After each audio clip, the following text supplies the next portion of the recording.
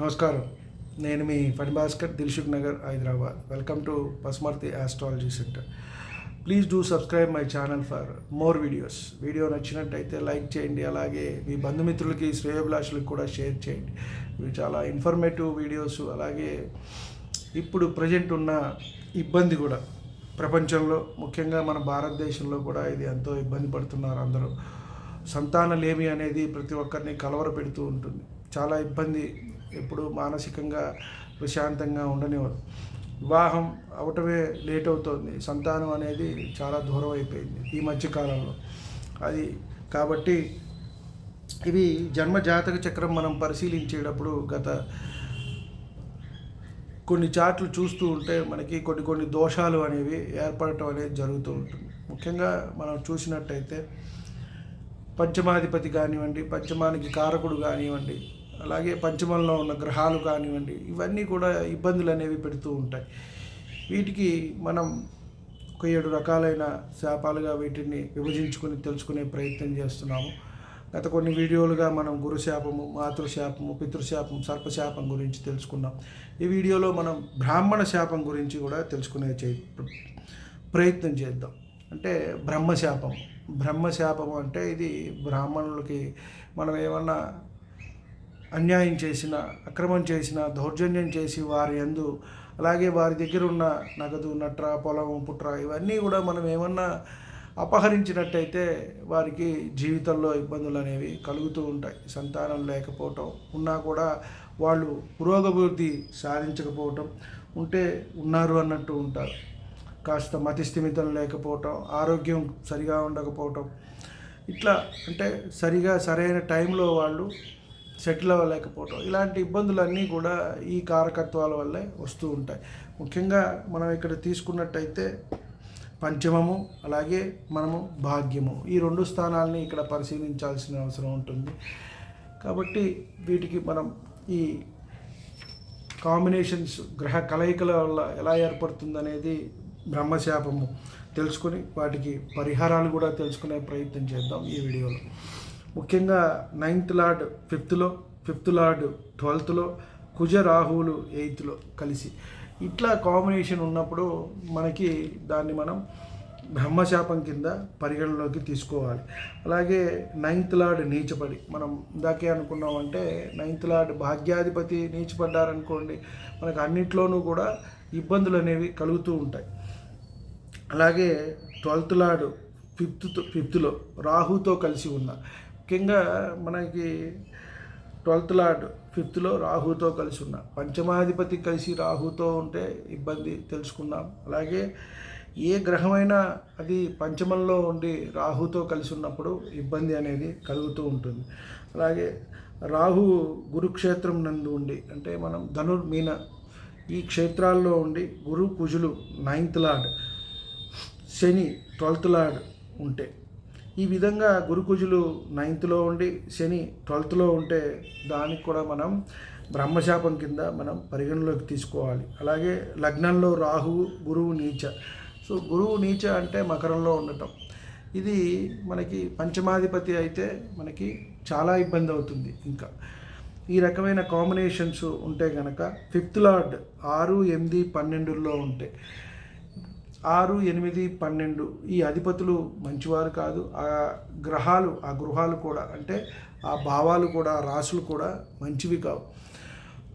6th lord, 8th lord, 12th lord, అలాగే ఆ భావాలు, అలాగే ఆ భావంలో ఉన్న గ్రహాలు, ఆ భావాధిపతులు ఎక్కడున్నా సరే వారు హాని చేయటానికే ఎక్కువ అవకాశం అనేది ఉంటుంది.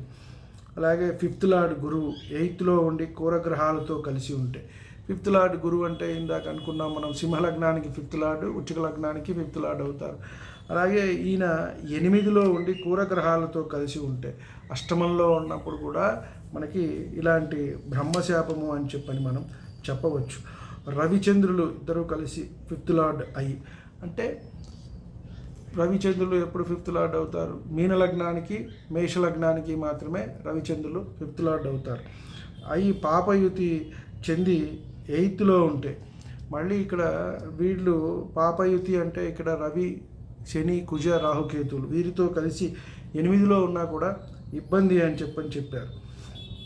9th lord 5th lord 8th గురువు కుజ శనితో కలిసి ఉన్నా కూడా ఇలాంటి ప్రాబ్లము అన్నారు. ముఖ్యంగా మనకి పాపగ్రహాలతో ఈ 5th లార్డ్ కలిసి ఉన్నా, అలాగే పంచమానికి కారకుడైన గురువు కలిసి ఉన్నా, లేదా పంచమంలో ఉన్న గ్రహం అస్తంగత్వం చెందిన నీచపడిన శత్రుక్షేత్రమైన, మనం ముఖ్యంగా మొన్న చెప్పుకున్న మొదటి వీడియోలో మనం చెప్పుకున్నట్టు D7ను కూడా మనం పరిశీలించి 1కి 2 ఇద్దరి మనం భార్యాభర్త ఇరువురి జాతకాలు కూడా మనం పరిశీలించిన పిమ్మటనే మనం వారికి సలహా అనేది ఇవ్వాల్సిన అవసరం ఉంటుంది. వారికి ఏ పరిహారం చెప్పినా, అలాగే లేదు డాక్టర్ గారిని ఒకసారి మీరు కన్సల్ట్ అవ్వండి, మనం అలా వెళ్తేనే మీకు కలుగుతుంది అని చెప్పటం కానివ్వండి, ఇవన్నీ కూడా మనం ఇరువురి చార్ట్లు కూడా మనం ఒకసారి పరిశీలించి 1కి 2 మనం చెప్పవలసి ఉంటుంది. అలాగే 9th లార్డ్ నీచ పొంది 7th లార్డ్ 5th రాహుతో కలిసి ఉన్నా కూడా ఇటువంటి ఇబ్బందులు వస్తాయి అని చెప్పటం జరుగుతుంది. 5th లార్డ్ గురువు అయి కూరగ్రహ సంబంధం కలిగి 8లో ఉంటే, అంటే మన కూరగ్రహాలు అంటే శని కుజ రాహు కేతువులు వీళ్ళు ఉన్నారనుకోండి, ఇటువంటి ఇబ్బందులు అనేవి కలుగుతుంది. 5th లార్డ్ గురువు అయి అంటే మళ్ళీ మనకి సింహలగ్నము వృశ్చిక లగ్నము, అప్పుడే మనకి 5th లార్డ్ గురువు అవుతారు. కాబట్టి ఇక్కడ సంతానానికి కారకుని తీసుకోవాలి, అలాగే పంచమాధిపతిని, పంచమంలో ఉన్న గ్రహాలని, వీటన్నిటిని పరిశీలన చేసే మనం ఇటువంటివి చెప్పవలసి ఉంటుంది. ఈ కాంబినేషన్స్ ఏమైనా చూసుకొని ఇలాంటి వారికి ఇలాంటి ఉంది, ఇలా ఉన్నప్పుడు మనం దాన్ని బ్రహ్మశాపంగా మనం పరిగణలోకి తీసుకుంటాం. సో ఇది బ్రాహ్మణుల వల్ల కలుగుతుంది కాబట్టి మనం దీనికి పరిహారం ఏం చేసుకోవాలయ్యా అంటే, ఎవరైనా ఉపనయనం చేసేవాళ్ళు కొంతమంది ఉంటారు, చేసుకోలేని వాళ్ళు ఉంటారు, పేద బ్రాహ్మణులు ఉంటారు, కాస్త బీదవాళ్ళు బిక్కి వాళ్ళు ఉంటారు, పేద బ్రాహ్మణులు కొంతమంది ఉంటారు. కాబట్టి వారికి వారి సంతానం పిల్లవాడికి ఉపనయనానికి ఎంత ఖర్చు అవుతుందో అంత భరించితే కనుక వారికి మంచి జరగడానికి అవకాశం ఉంటుంది. అలాగే ఉపనయనం వీరు కూడా బ్రాహ్మణులు అయితే వారిని కూర్చోబెట్టి ఆ బ్రాహ్మణుని కనుక అతనికి ఉపనయన సంస్కారం చేయించినట్టయితే ఎంతైనా బాగుంటుంది. వేరే వర్ణం వారైతే ఆ ఉపనయనానికి ఎంత ఖర్చు అయితే అవుతుందో, అతను విద్య నేర్చుకోవడానికి ఎంత ఖర్చు అయితే అవుతుందో ఆ ఖర్చుని భరించినట్టయితే వీరికి ఆ బ్రహ్మశాపం తొలగిపోయి వారికి కూడా సంతానం కలగడానికి ఎంతైనా అవకాశం అనేది ఉంటుంది. తర్వాత మనం ఇంకా మనకి ఏమన్నా ఇబ్బందులు అవి ఉన్నాయి ఇద్దరి పరంగా, భార్యాభర్త పరంగా అనుకున్నప్పుడు మనం మళ్ళీ డాక్టర్ని ఏమన్నా కన్సల్ట్ చేసుకుని వెళ్ళటానికి అవకాశం ఉంటుంది. ఈ శాపాలు ఉండటం వల్ల ఏంటంటే మీరు అట్లా వెళ్ళినా కూడా అవి మీకు కార్యరూపం దాల్చవు. నేను చెప్పేది ముఖ్యంగా అది. ఇదేంటండి ఇవన్నీ చేసుకోమంటున్నారు, మళ్ళీ డాక్టర్ దగ్గరికి వెళ్ళమంటున్నారని. ఎస్, మీకు ఎందువల్ల చూడండి, మనకి ఇప్పుడు ఎన్ని ఫెర్టిలిటీ సెంటర్స్ వచ్చేసాయి. కనీసం భారతదేశంలో చూసుకుంటే ఇంచుమించుగా నాకు తెలిసి ఒక 50,000 నుంచి 70,000 లక్ష వరకు ఉంటాయి. మరి ఇంతమంది చేస్తూ ఉంటే అందరికీ సక్సెస్ అవుతుందా? 10 లక్షలు పెట్టేవాళ్ళు ఉన్నారు, 3 నుంచి 5, 10 పెట్టేవాళ్ళు కూడా ఉన్నారు, 1, 2, 3ఓసారి కూడా ప్రయత్నం చేసేవాళ్ళు ఉంటారు. సక్సెస్ అనేది కాదు. ఎందువల్ల? వారి జన్మ జాతక చక్రంలోని దోషాలని వాళ్ళు పరిశీలించుకుని వాటికి తగిన పరిహారం చేసుకుని వెళ్ళినట్టయితే వారికి అది సక్సెస్ అవ్వడానికి అవకాశం ఉంటుంది.